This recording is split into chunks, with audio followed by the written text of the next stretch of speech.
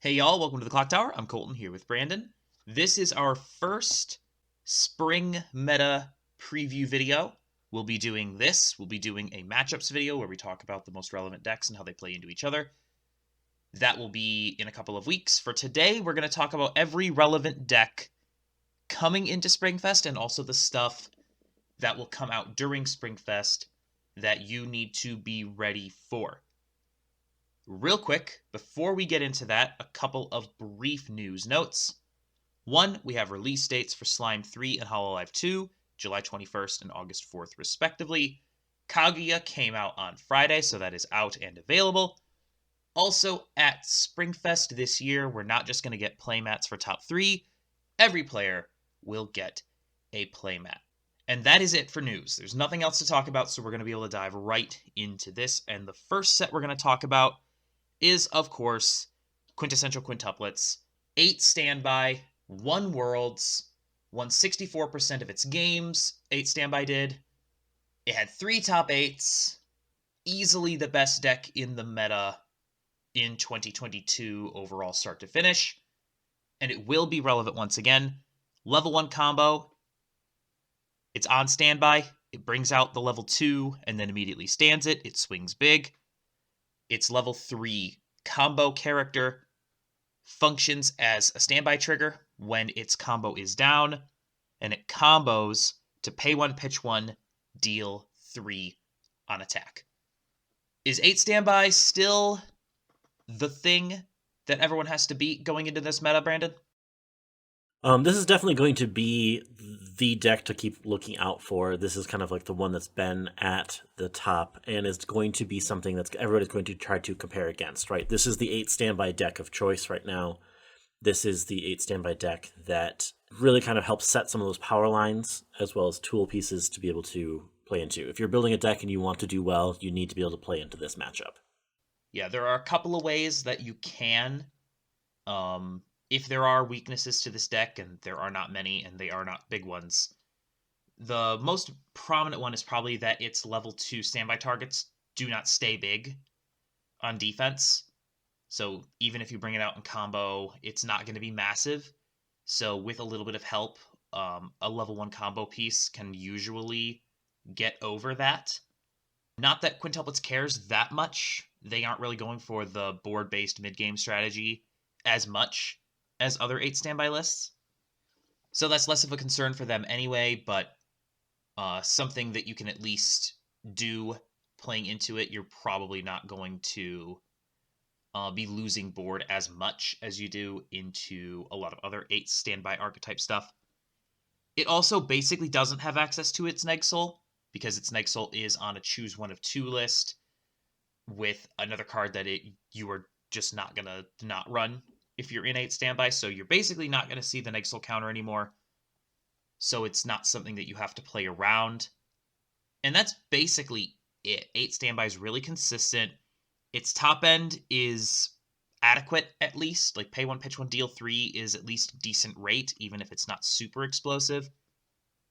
It gets plenty of plussing. It has all of the level 0 utility that it needs. It's just solid all around. It doesn't have any glaring weaknesses. Yeah, and so it basically, because it's not running the Neg Soul event, it can play a little bit more heavily into backups and or trying to spawn things out at the end. Specifically, like with the additional Ichika that allows you to change into your combo piece, but you can pay 2 rest to burn an additional 1. So you can kind of play into that a little bit heavier. You can play into like anti-change counter a little bit heavier, or play into memory kick counter. So like it has a lot of tools available to it. Taking away the Neg Soul counter just allows it to play into some of the other tools a little more effectively. So, but this is going to be the deck of choice from Quintessential Quintuplets. Quintessential Quintuplets is getting another set, but that set won't come out until after Springfest is finished. Right, and that one's probably going to be the next set that really pushes the meta to a new power level. It will be based around the 8 salvage package primarily, which there is currently an 8 salvage package in Quintuplets that's really solid, but it's not quite as good as 8 standby, at least in the opinions of most. So you're not going to see it at Springfest because you can't have both on the same team. It won't show up super often, but it does have, level 1 On attack, you can ditch the top check 3 and add basically anything that isn't a CX. The deck doesn't really run events other than the one that the combo targets. It also gets 1500 with an act ability, so you can back it up to 8 with a simple backup. Its level 3 is ditch 3, deal 1, and then deal 4.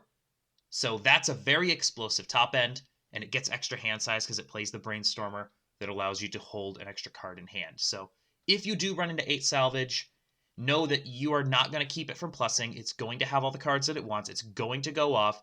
You just have to be better at sticking damage than it does, because there's nothing you can do to stop it from plussing.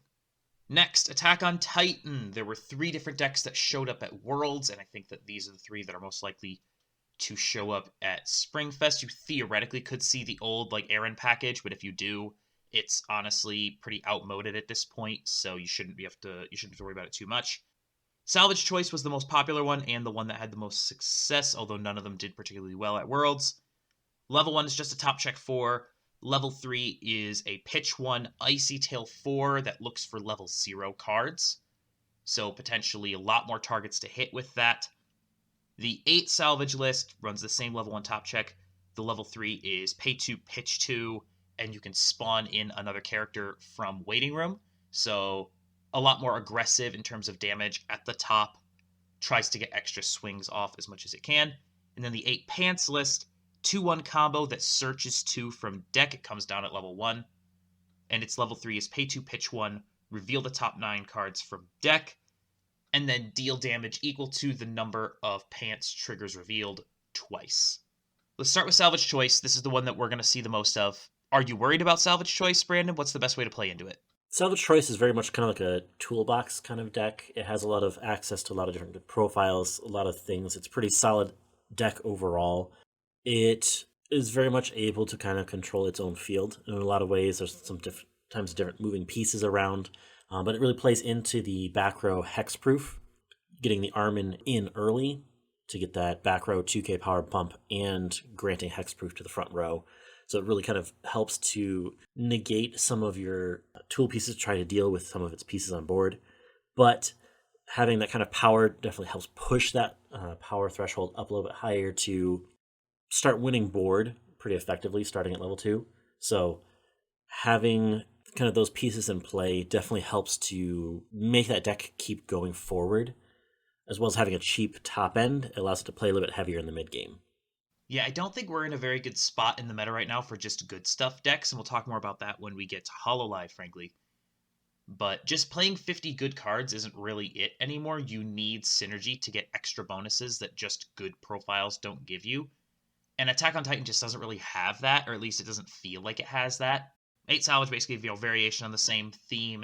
It's basically the same thing. It just has a maybe higher ceiling top end, but also a lower floor. There's not a lot here, I don't think, with AOT. Not in a massive meta context. If you're playing into AOT, you're almost certainly playing into the Salvage level 1, which is just the same top check 4 we've seen a million times, and neither of its top ends are particularly special. So this is a matchup that if you're playing something that's higher on the tier list, you should win because your deck is just better.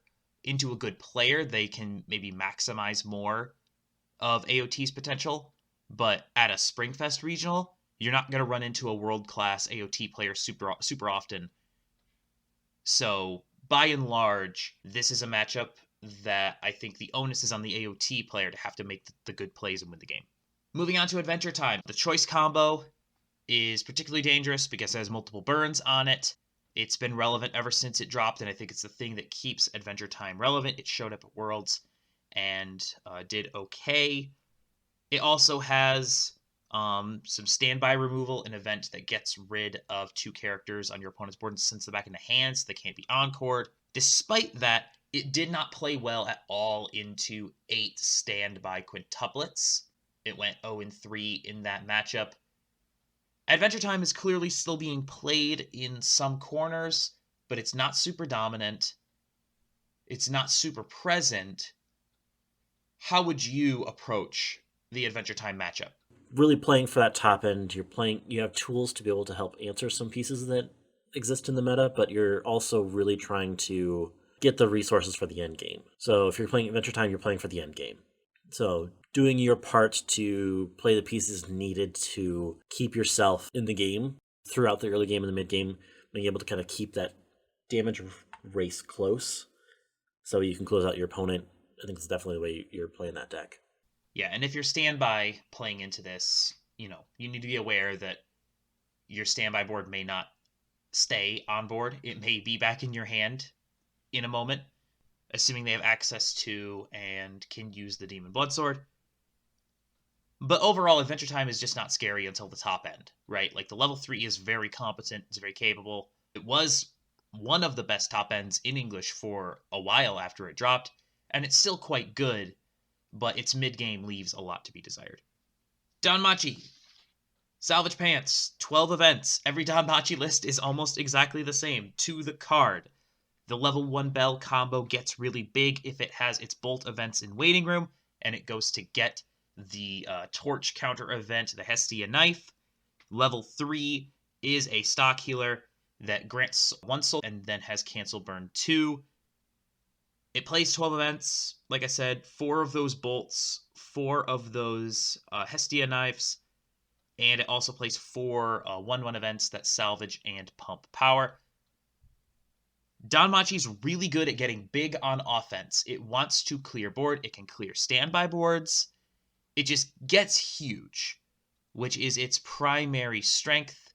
It can force standby players and other, board-based decks to have to recur their boards over and over again, which can be a challenge because one of, obviously, the ways that you plus on a standby trigger or, other board-based strategies is you just don't lose board on defense.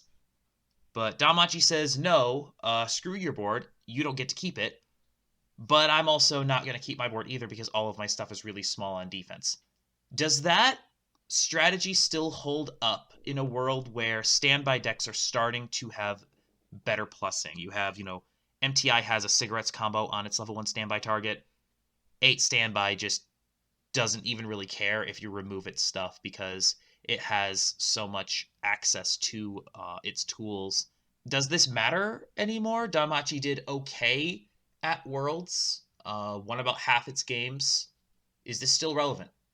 Danmachi having the ability to kind of refresh its deck kind of on control or on command, I think is relatively important. Being able to clear opponents' boards so they're not able to develop any kind of consistency with that kind of board or have to pay significantly to try to keep their pieces around, I think is a pretty impactful thing as well. Running the pants top end into the salvage trigger, you have some decent consistency tools, so you can potentially loop this combo over again. So you can potentially just continually plus your own resources as well. Getting those torch events back into hand, so you're kind of guaranteed to get cards into hand, guaranteed to be able to move through the deck relatively consistently. You also have a couple different tool pieces that allow you to kind of lock into some of the standby pieces, locking the standby targets into place. So they're not able to or have to play around some of those pieces. So their game plan is a little bit more disrupted because of those things. And they're tools that you would already be using to play your game. So Danmachi definitely has potential and definitely has opportunities to interfere with your opponent's game. So I would say Danmachi still has a future, yet the problem that it tends to run into is the top end. The top end doesn't necessarily help close games as effectively. So you're going to need to really keep that close throughout the game for that damage matchup if you want to be able to close out the top end. Yeah, and that's where, running pants triggers is nice because you really do want to loop this bell as much as you can. Basically mill through your entire deck in a single turn. Danmachi is like a classic 8 good triggers deck that we used to see. And I think that you're right. The mill is so important, especially because it has defensive mill. So, if it triggers, a pants and, gets a salvage trigger back and all of a sudden, it's out of climaxes in deck, it still isn't punished if it has 3 knife events in hand because it just goes, mill 4, mill 4, mill 4, and suddenly, you had an opportunity to stick 8 and now you only stuck 4. So it can get out of trouble with that. The mill on both sides, offensive and defensive, is super useful. It does, as we've talked about, clear board. But I do think 100% primarily its weakness is that its top end is below average, frankly, for this meta.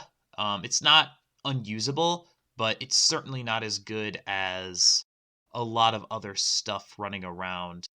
And into a compressed deck, it doesn't really have good decompression tools. It controls its own deck very effectively, but it doesn't really have a whole lot to decompress an opponent. So if your opponent's 4 out of 10, they're just going to live. Because you're just, even if you get cancel burns off, you're just not going to stick 7. So definitely the top end is the thing I think that keeps Danmachi from being top tier. If it had Marine, I think we'd be talking about Danmachi maybe on that next tier up.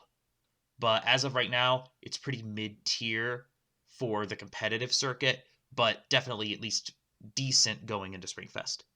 So moving on, let's talk about Hololive. There are 2 ways to play Hololive. One is Kanata and one is not. Everything plays the Marine top end, which is pay 1, pitch 1, burn 2, but the more important thing with Marine is that it replenishes its stock and its hand on play. So it basically, if you have 4 stock, you are going to Marine, and you're probably going to triple Marine if you're running the Kanata, which is a level 3 combo as well, but it comes down at level 2 because of a change package.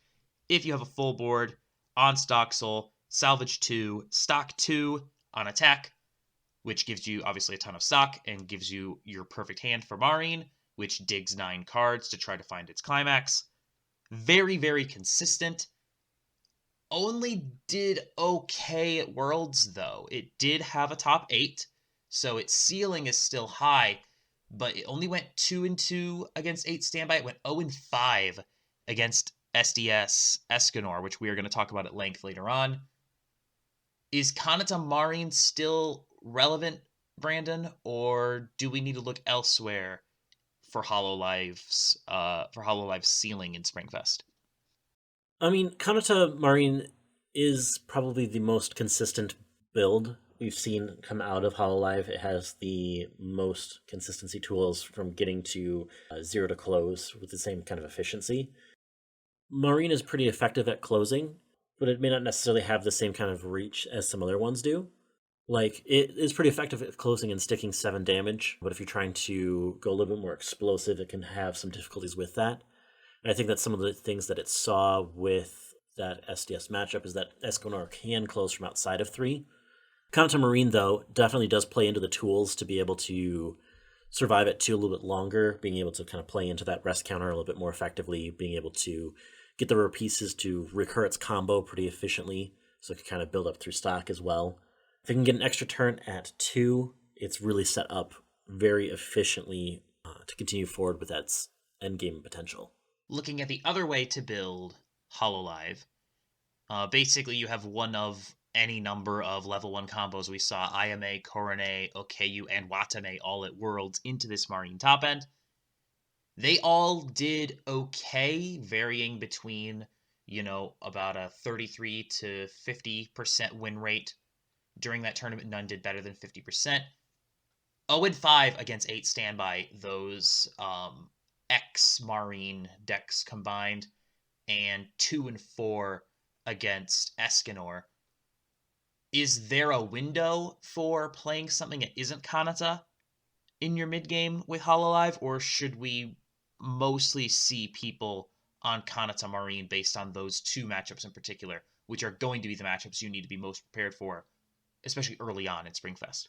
Well, kind of as we looked at with kind of good stuff AOT, we're looking at kind of the good stuff Hololive here with these decks, trying to fit in the tools and tech pieces that you would want to see in different matchups. So there's definitely, I think, some potential with stacking some of those good stuffs together. But I think overall, we're just not seeing that good stuffs turn into wins as efficiently. But yes, I think we're all still looking at that same kind of idea. It's still relying on that end game closing Marine. Moving on to MTI, 8 standby. This list basically has not changed in the past year and a half. Level 1 cigarettes on a 1-1, so ideally standbying out the level 1 and then using it with the standby to do a cigarettes combo. Its level 3 does have anti-backup, money counter, tap counter, anything that can stop it from happening does not stop it from happening. It has pay 2, deal 2 as well. It has a couple of extra tech pieces that are useful as well. It has a 1-0 event that on play searches and then ditches, and then goes to memory and is popped from memory on level up to search deck for another character. So ultimately, multiple fixing opportunities with that card. It also plays tap counter, and it also is, trying to hold board with a couple of different 2/2 profiles. It feels like MTI has fallen off. It used to be, the best deck in the meta for what feels like a very brief window of time before quintuplets came out. But at Worlds, finished below 500, didn't get a top, only got 1x2. So not a super positive performance. It feels like it's just not as good at being an 8 standby list as quintuplets is. Do you think there's still something here with MTI, or do you expect most people to move on? This is definitely the second tier as regards to 8 standby, right? 8 standby quintuplets is definitely shown itself to be much more consistent at turning games into wins than MTI has been, since they're both on the field at the same time. Because Springfest is a 3-title team, you could see this potentially as kind of that second lane. With MTI getting the restriction list, kind of separating the 2/2 standby target and the tap counter, we've seen less consistency with that deck, and that lack of consistency has pushed 8 standby quints ahead of this deck considerably, and so this probably is not the deck of choice you're going to be seeing very often. MTI going a combined 2-5 against 8 standby and Escanor, going 6-5 against everything else. Moving on to Ruby. Yes, Ruby made it to Worlds, went 3-3. And you can almost predict how it did against what? It went 0-3 against 8 standby and SDS. It went 3-0 against everything else. Danmachi and AOT were its matchups. Ruby feels like it's very much in that same tier as MTI at this point. Like, it does well against things that maybe struggle with standby, AOT in particular. But into the top tier stuff, it just doesn't have it. It doesn't have an explosive top end. It's only a rest deal 3 clock kick. So it's fine, but it just does not have a high damage output. It also runs a second level 3 standby combo with the Pyrrha that shuffles back and also stands it. So you can shove clean damage into a deck and then hopefully punch with a 2-soul and try to do some damage that way. It's running the choice level 1 on reverse search. Everything about Ruby feels like it's just a little bit old, right? Like, on reverse search is just not that good at level 1. Shuffle back, we saw this with Rushia, right? Rushia was dominant for a minute, and then everyone left Rushia behind because Shuffleback just wasn't as good against these decks that have so much more controlled mill, especially things like Danmachi. Anything that has any kind of defensive mill, and there's more and more of that running around, not to mention things that just control their deck state more effectively now than they did when Rushia dropped. Same thing applies here to the Pyrrha. It's Shuffleback just isn't as good, and then, like I said, that top end just doesn't stick enough damage. It's all fine. These aren't bad cards, but it's really missing that last little thing it needs to be explosive. Like, I think overall the deck has some benefits going for it, but I agree if it's not able to play into the matchups that we expect to see at the top tables, the quintuplets or the SDS Escanor builds, it's not going to have a good time. Yeah, I don't expect to see Ruby as very many teams third lane next to SDS and quintuplets. Speaking of SDS, it's time. Let's talk about the new boogeyman. Escanor usually plays 6 stock soul and 2 choice. We'll split the stock souls between 2 different combos, one of which is a level 0 combo on the Brainstormer. So on play, salvage 1. Its level 2 combo is with a 2/1 that comes down early. It salvages 2. Its level 3 is the thing that really sets it apart. Pay 1, pitch the Ricky from hand, to deal its damage in instances of 1 as long as it has a full board. So if it's swinging for 4, instead of swinging for 4, it does 1 4 times, which is, of course, extremely good at closing out games. Now, it runs those stock soul combos less for the combos themselves, which are whatever. They are, the back row level 0 combo that we've seen in every set that never gets played, and the level 2 combo that shows up in a lot of sets but is generally less good than the level 1 combo. It runs those on purpose because it wants to trigger those extra soul icons when it swings with Escanor, so it's burning one 6 times to try to close. It's hard to tri-field this because you do have to ditch the Ricky out of hand, so that is a challenge, but this is a really, really consistent top end, and it showed out at Worlds, right? Like, it made 3 top 8s. It finished 3rd and 4th, so still kind of like a half step below 8 standby quintuplets, I think. But in the matchup with 8 standby, it went 6 and 7. So about 50-50. It dominated Kanata Marine. It went 2-0 against MTI, 2-0 against Ruby, right? So this is viable. Like, could have won Worlds viable, and I think we're going to see this as one of the main lanes on a lot of teams. I think definitely having that consistent top end, being able to remove a character from your opponent's board and clear a lane for Escanor to deal damage without having any kind of impending ability to remove or to prevent that kind of damage coming in outside of just current deck state, I think is actually going to be a very significant piece of this puzzle. When it gets to the top end, you're not stopping that one lane. Regardless of whatever tools you might have, the Escanor player is able to rearrange the top of its deck to maximize that swing and put it off to its best effectiveness. So, that's something that's really worth noting, that it will be closing games if it's able to combo off and you're within the closing range. The most effective way to play into Escanor is to kill it from 2 or sit early at level 2 when you push it to 3.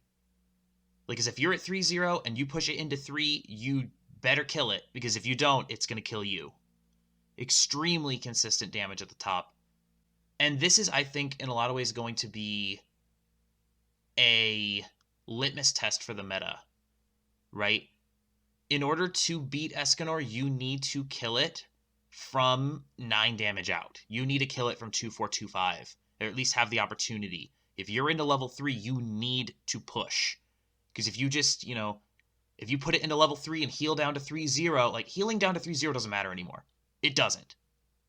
It just does not. The best top ends in English right now don't care if you're at 3-0. They're going to stick their damage, right? They can kill you from 2-4-2-5. So healing down to 3-0 doesn't matter in 2023. What does matter is you need to kill it before it can kill you. The ceiling is so much higher than it was even a year or 2 ago for top ends, and Escanor is just the latest iteration of that. So if you're going to beat Escanor, you either need to push it into 3 early on before it, has either 1, the resources, or 2, the amount of damage available to it to kill you from you sitting, early in level 2, or you need to stick 10 damage on it and not give it a chance to combo off. Those are your options. And if your deck can't do either of those things, it's not going to be SDS. There are also a couple other things with the deck. Like you said, it can fix its trigger, and it is running almost 20 soul triggers, so it's usually going to, with its Escanor, be trying to burn 1 5 times or 6 times if it can find its stock soul, right? So that is a thing that it has. It does bounce, it clears lanes, so Neg Soul, unless it has hexproof, doesn't matter. All that stuff. At level 1, it actually has a really nice piece that I don't think we're talking about a ton, which is it's a level 1 that when it comes down, you can ditch to go get a copy of itself and put it on board. It's free. It sits at 6-5 if the Escanor player has a full board, offense and defense, and on attack it gets to choose its trigger, so it can, push climaxes down, so it can use those as cancels next turn, or it can trigger what it wants to trigger in terms of both damage and keeping climaxes out of stock. So its mid game is also pretty potent, and 6-5 is big enough to keep board against a lot of things if they don't combo. Some things even if they do combo. So definitely a thing that needs to be considered when playing an Escanor. You're not just worried about the top end, you also don't want to give it free pluses by having to crash board into a board full of 6-5s at level 1. The other option, of course, with SDS is the old Meliodas stuff. It has Neg Soul and anti-damage when it has the Elizabeth 2-1 in the back row. We saw Chairman pilot this to a 4-2 record at Worlds and get bubbled out of Top Cut. Is Meliodas still viable? I know that when we initially saw that the new SDS stuff was dropping, our first thought was, is Meliodas rather going to get more support? It got a little bit of support. Is Meliodas still a play? Are we going to see it at Springfest, I think is the bigger question, with just how dominant Escanor can be. I don't think we're going to see it at Springfest because I think Escanor is going to take that spot in the decks and teams. I think the people that play SDS are going to be playing Escanor as opposed to the standby build. And it makes sense just given how dominant it was at Worlds, literally playing against the best players and best decks in the world, and it did extremely well. I will say, though, going back to a conversation we had when we talked about the Worlds meta at large, now that people have really gotten to see SDS, I think we're going to see more people ready for the matchup outside of just, generic playtesting, right? Like you're playtesting into a deck that you don't even know what the 50 cards are at that point because of how close to Worlds it came out.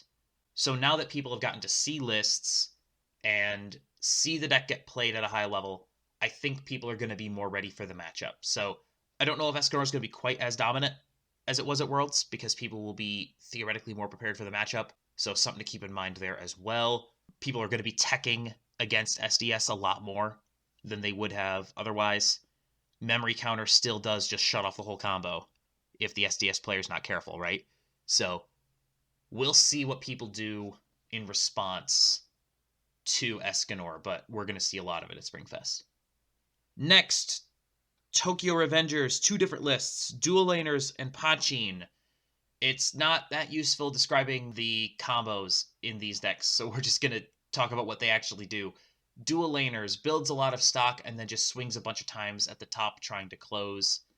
Pachin gets a board full of 16 5s at level 2 that it is super difficult to remove. However, neither of them did particularly well at Worlds. Are we going to see Dual Laners in that third lane? Are we going to see Pachin in that third lane? Or is the Tokyo Revengers experiment kind of over?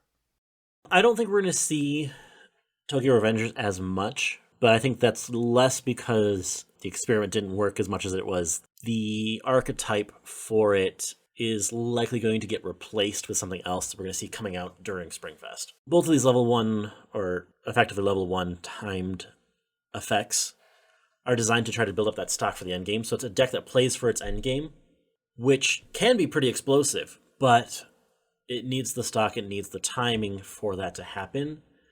If you're able to rush into these decks, you're able to kind of bypass some of that timing, so they're not able to make that top end as explosive as it could be. Being able to stick damage on these decks is pretty significant, and with decks like Escanor that we just talked about, that's trying to slam climaxes every turn, you're potentially sticking damage quicker. So I don't think we're going to see this as often at Springfest, partly because of some of the other stuff that's going to come out. And then finally, from the stuff that was played at Worlds, Pants Book Slime. Level 1, Shizu Pants, cigarettes, pops to memory when it reveals a climax after it gets reversed. And then the Shizu top end is a free burn 4 on book. We see Clinton Chan has been the one who has had the most success with this, winning Chicago and also finishing top 8 at Worlds with it. The 2 players with it at Worlds went a combined 8-3 outside of the mirror. And they both went X2, and they combined to go 3-1 against SDS and 3-2 against 8 standby. Slime very clearly carving out a space in this meta It would not surprise me to see a lot of people taking Slime as their third lane, or at the very least more than maybe have in the past. This deck has something. As another deck that tries to rush through its first deck and then tries to sit on its compression, whether it's being able to play into the healing, play into memory, play into try and just continually compress its deck, it essentially is playing a different game than all the other ones are playing currently, or the ones that we've talked about so far. And in many ways, it's kind of playing solitaire with itself a little ways, trying to play into its compression and lean into that pretty significantly. So you're running into a deck that's more or less ignoring its opponent's current game plan to do its own. Yeah, I think that Slime is better than people are giving it credit for. And again, it's very likely just because I've played into it so much because it's Brandon's primary deck at this point. But the deck is solid, and when it gets its compression off, it can get to absurd deck states and just never eat damage. But that's always a spin of the wheel, right? If you are well compressed and someone swings at you for 3, you're likely to cancel it, but it doesn't mean you're going to cancel it. And the games that Slime loses are the games where it loses those dice rolls. So definitely, it increases its odds of getting cancels, but it will get Weissed, and it has a higher likelihood to get Weissed because it's dependent on trying to play those numbers more than a lot of other decks. Its top end also just swings for a ton of damage, and into good compression, it will not close. It does have access to stock swap, so it can, it has at least one decompression tool to try to, create some space for those swings for 4 to stick, but that top end is definitely hit or miss for sure, right? You're swinging big and hoping that you stick 2 of those big swings and you win the game. But definitely a deck that needs more attention than it's been getting. It's a good deck. It performed very well at Worlds, and I think that if people have it, they will maybe play it, or at least be more likely to give it a second look going into Springfest. And that's all the stuff that got played at Worlds. So we talked about all of that in the context of where it looks like going into Springfest. Let's look at some of the new stuff. There are 6 sets that have either come out since Worlds or are coming out sometime during Springfest that are worth some attention. And we're going to tackle these in alphabetical order as well. We're going to start with Bang Dream. Bang Dream was good for a minute last spring. The Choo-Choo list was definitely near the top of the meta, but then numbers got bigger and Choo-Choo became less good. We may still see some Choo-Choo running around, but the key piece with the new Bang Dream stuff that's coming out is the salvage combo. It deals 2, but also has anti-auto damage on defense, and there's a Neg Soul event that goes along with it. So a Neg Soul defensive top end that can also deal damage on its own turn. Something we don't see a ton of. Definitely makes definitely the shot in the arm that I think Bang Dream needs. It's also on color for Buns for Luck, which is just a stupid, efficient event at level 2. That Irritating Girl, a stupid, efficient event at level 1. So you're going to see, I think, a lot of the Pants combo at level 1 just because it's on color with that Irritating Girl. And, obviously Braden is listening to this going, but there's all this other stuff. There's all this other stuff because he's the resident Bang Dream player around here.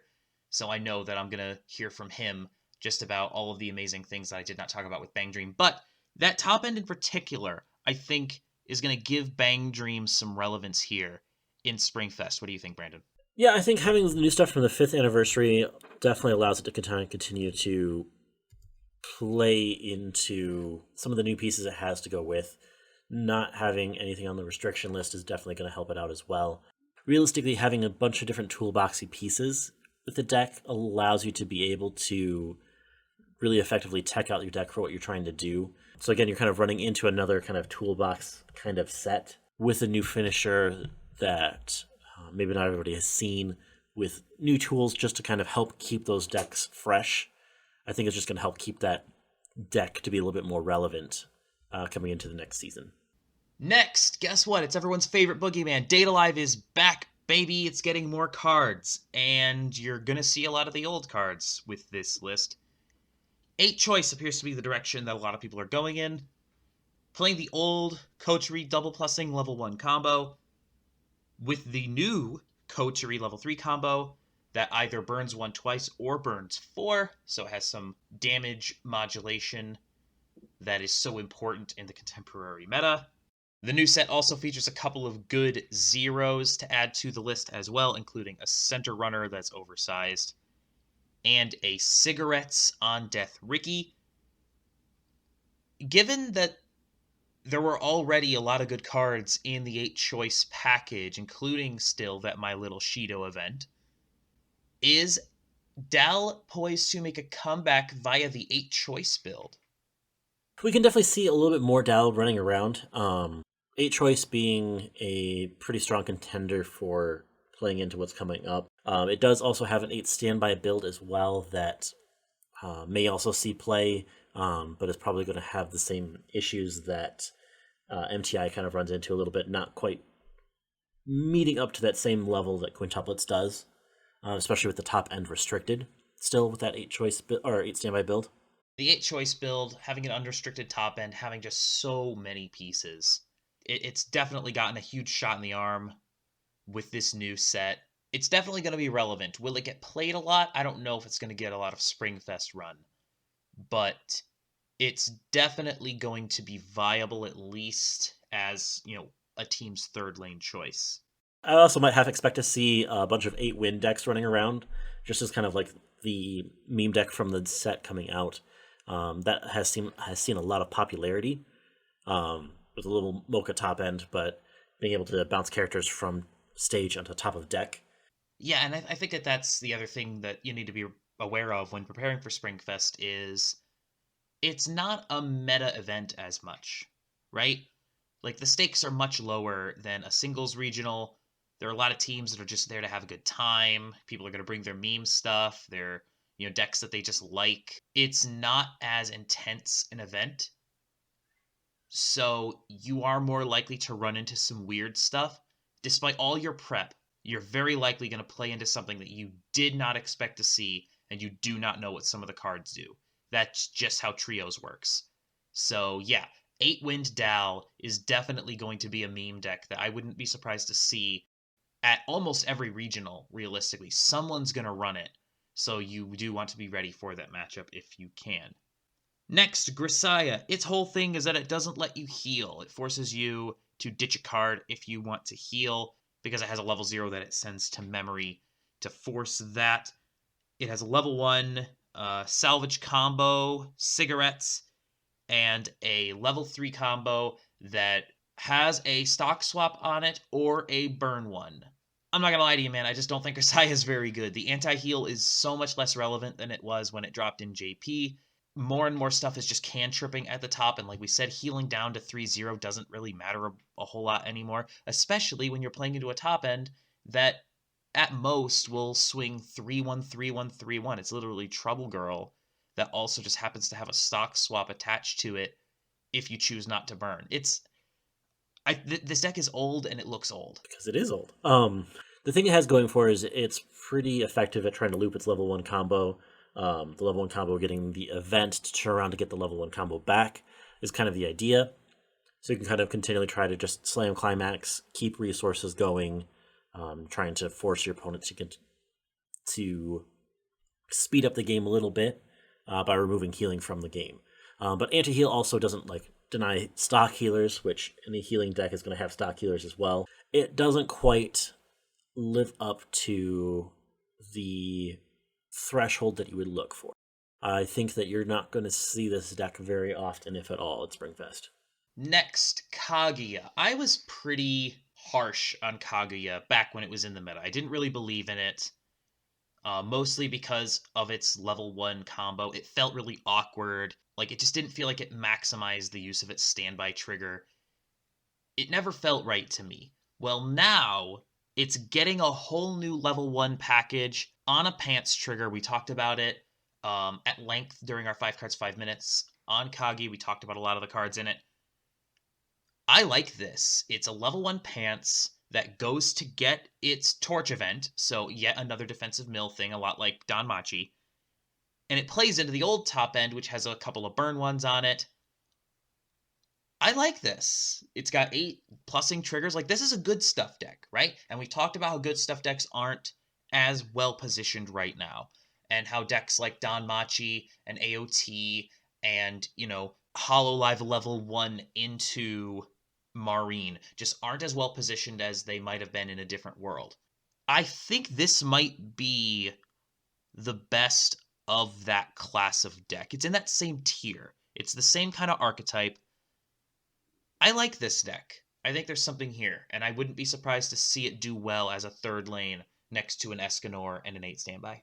I think in many ways, a lot of this deck and what's come out of this set is very much kind of been a variation on the Danmachi deck that we've seen.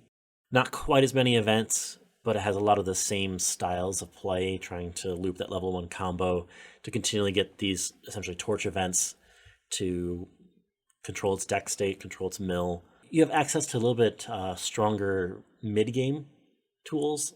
For example, with like the President in play, having a couple different early play healers that can also like stock heal. So you kind of have some different tools to help play into that mid-game a little bit more too.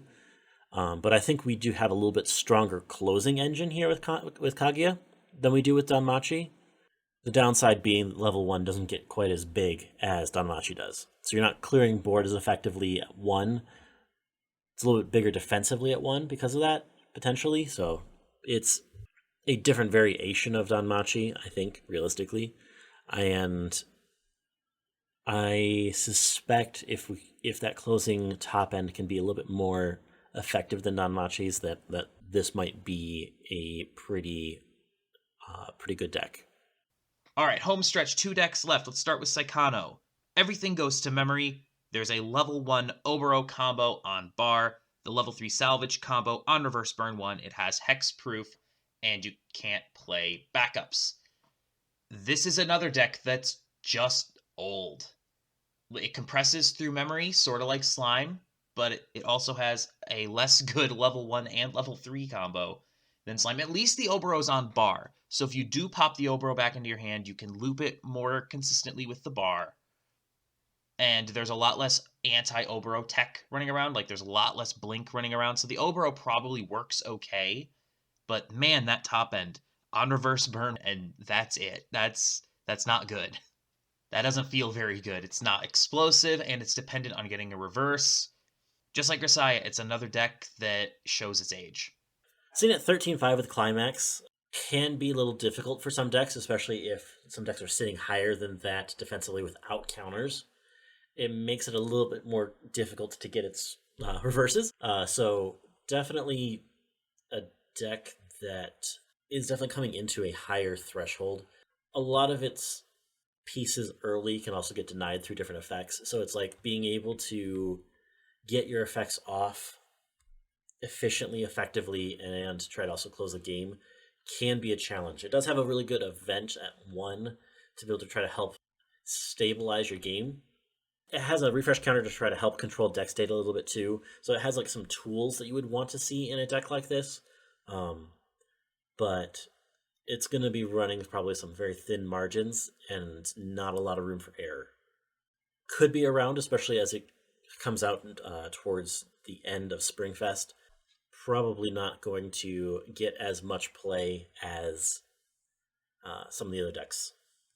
All right, and the final new deck to talk about is, of course, the Melancholy of Haruhi Suzumiya, getting a shot in the arm with the power-up set, a level 1 stock soul into the level 3 salvage. No. No. It's got to be the new Kill part, right? I'm sorry, I'm reading the wrong notes. Apparently we have to talk about Sword Art Online again. Are you sure? Are you sure it wasn't the expansion to Log Horizon? I think Log Horizon's cards definitely made it. Yeah, I wish. No, we have to talk about Sword Art again. Sword Art Online is now just Kanata Marine at home. It has the Alice 2-1 that you can spawn out at level 1. It sits at 10. It salvages on attack, and then sits at 10 cross turn. So it's basically doing the exact... And it also stock charges. So it pays for itself, salvages, and then sits there. So the goal with this combo is to try to plus on board defensively with it, and then loop the combo until you get into your level 3, which is this new Silica that burns 2. It feels like a Kanata Marine clone, not gonna lie. That's what this feels like. A lot of new cards in this, though, because these are locked to the anniversary trait, a lot of them. So this is a brand new Sword Art deck with cards that have never been played before in English for the most part. I actually tend to liken the Atlas a lot to kind of like Pachin, trying to spawn it out using a level 1 card to try to get as many copies of this on field as possible. Kind of playing with the shuffle back mechanic, trying to shuffle back these cards and back into your deck at a small deck space to just try to spawn these out the most efficiently. Getting this card out in the field is kind of like the necessity of the deck. This is what's going to keep this deck going. This is what's going to sustain this deck through. Getting that 10-5 with the back row piece cross turn at 1 is actually going to be the most interesting part about this deck. I think it's going to be the part that is most difficult to deal with, because not many decks can reach that power threshold at 1. So allowing it to be able to live cross turn and potentially combo multiple times definitely sets this deck up to do really well and get that kind of early game boost that it would need to close out a game. Especially when you have your kind of pick of top end finishers, whether it being on salvage or choice or pants, you have a lot of different options at the top. You also have the brainstormer that allows you to play events without color. So you can play into money counter regardless of whatever build you have. So whether or not you tech in green or not, you can play money counter. That makes this a pretty difficult deck to deal with, especially at level 2, with money counter coming online and having this kind of stock charging combo to be able to make that happen. Yeah, I think there's a lot of potential here. Again, it's going to be dependent on if it can hold board at 10,000 power cross turn. There are some matchups where it will not do that. It will not do that against Danmachi, but it will do that against Slime. It will do that against Hololive. It will do that against a lot of stuff. So we'll see how it does. There are some matchups where it will not hold that board. There are some where it will hold that board, and we'll see how people tech around it, especially if this proves to be a popular choice. We'll see how many people try to add some extra power pump or some removal at level 1 to try to deal with this if this becomes a problem. I think this is the deck that is the most interesting out of the new stuff in terms of its capacity to make it into the upper part of the meta. A lot of this is honestly pretty forgettable, going to be mid-tier stuff. I think that this Sword Art deck is the one that has the highest potential out of the new stuff that's coming out during Springfest. And that's all we've got. Thank you so much for joining us for this, our first Springfest preview episode. This will also cover basically everything going into Rumble as well. So if you're playing in either Trios or Rumble this spring, hopefully this was of some use to you. We will be back on Thursday with 5 Cards 5 Minutes Part 2 for Kaguya. The following Tuesday, Weiss 102 with Brandon. Until next time, thank you so much for joining us. Please like, share, comment, and subscribe, and have a good one. We'll see you then.